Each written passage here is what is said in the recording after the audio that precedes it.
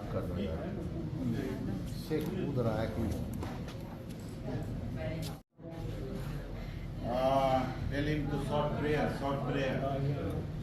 I must name name हम लोग कर रहे हैं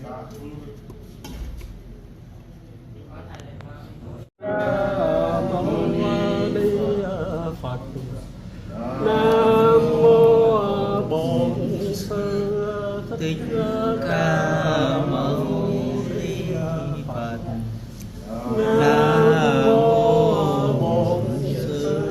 Thích Ca Mâu Ni Phật.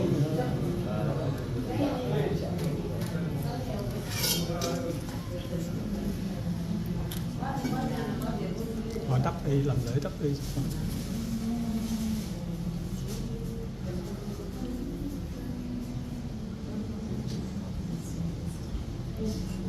Itipiso Bhagava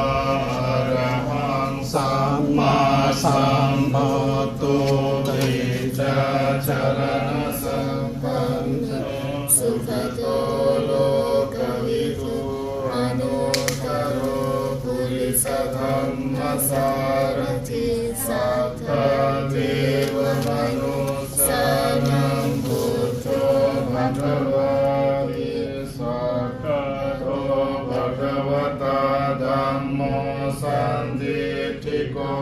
Akaliko Yehi Pasiko Yopanayiko Paccakam Veditam Govinyo Niti Supatipanno Bhagavatu Shavaka Sangho Ujjupatipanno Bhagavato Savaka Sangho Yaya Patipanno Bhagavato Savaka Sangho Samiti Patipanno Bhagavato Savaka Sangho Yatitham Cattari Purisa Yugani Atta Purisa Pukkala Yesa Bhagavata Savaka Sangho Ahunayo Pahunayo Dakinayo Anjali Karaniyo Anuttaram Uyyam Ketam Lokasati Karaniyam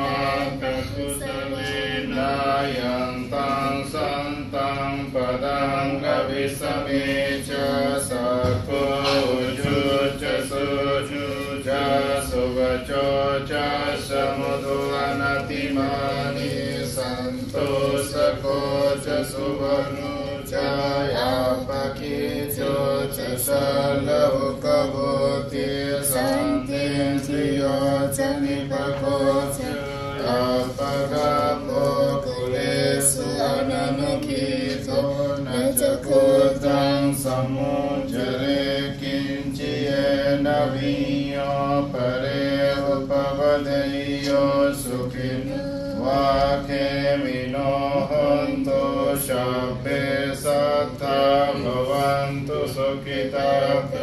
Eke Chipana Bhutati Tasavata Vayanavase Sadhikavaye Manta Majimara Sakam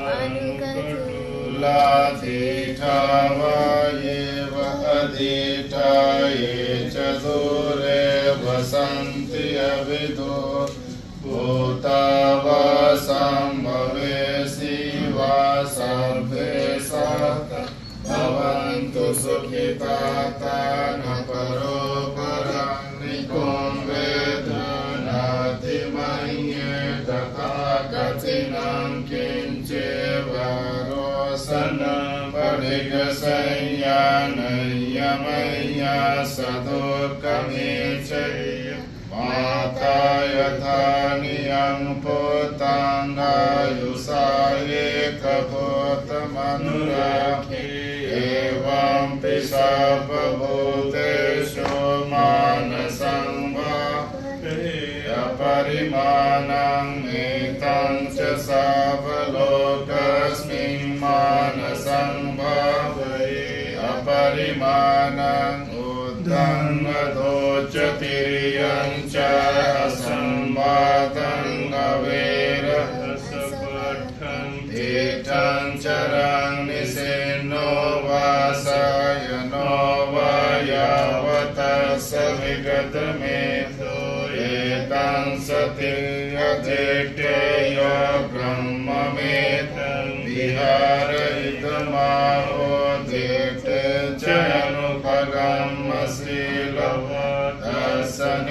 นะสัมปันโนกาเมสุนายโยเกนิยาตุกัปปเสโยปุลเรติสัพพิติโยวิวาจันโตสัพพโรโควินาศโตมาเตภวันตันตรายโยสุขีติกายุโกภวายอภิวาทนาสีลสุนิจโมทาปจายโนจัตตารโอธัมโมวัฏันติอายุวันโนสุขังบาลังภวตุสัพพมังคลังรักขันตุสัพพเทวตาสัพพพุทธานุภาเวนะสตาโสติภวันตุเตภวตุสัพพมังคลังรักขันตุสัพพเทวตาสัพพธัมมานุภาเวนะสตาโสติภวันตุเตภวตุสัพพมังคลังรักขันตุสัพพเทวตาสัพพสังฆานุภาเวนะสตาโสติภวันตุเต สาธุสาธุ อาซิดา Khu viên đạo tràng Bồ Đề sau khi các sư đã làm lễ tại Đại Tháp Giác Ngộ và ngồi gốc cây Bồ Đề, sau đó các sư di chuyển ra phía sau. Trong khu viên này cũng có gốc cây Bồ Đề rất là đẹp quý vị. Đây chúng tôi sẽ quay toàn cảnh cho quý vị coi nha.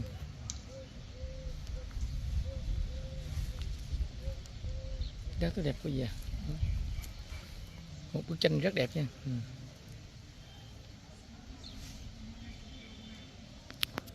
Một bức tranh rất đẹp quý vị.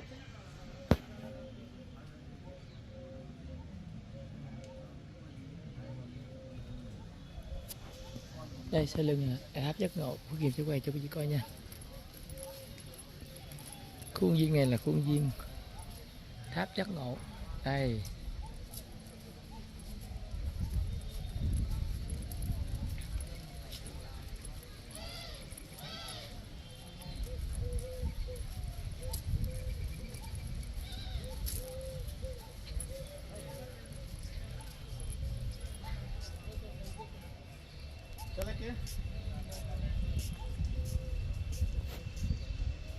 Đại Tháp Giác Ngộ đấy, có cây Bồ Đề, đạo tràng Bồ Đề. Khuôn viên rất là mát mẻ, rất là hợp đối với những người tu.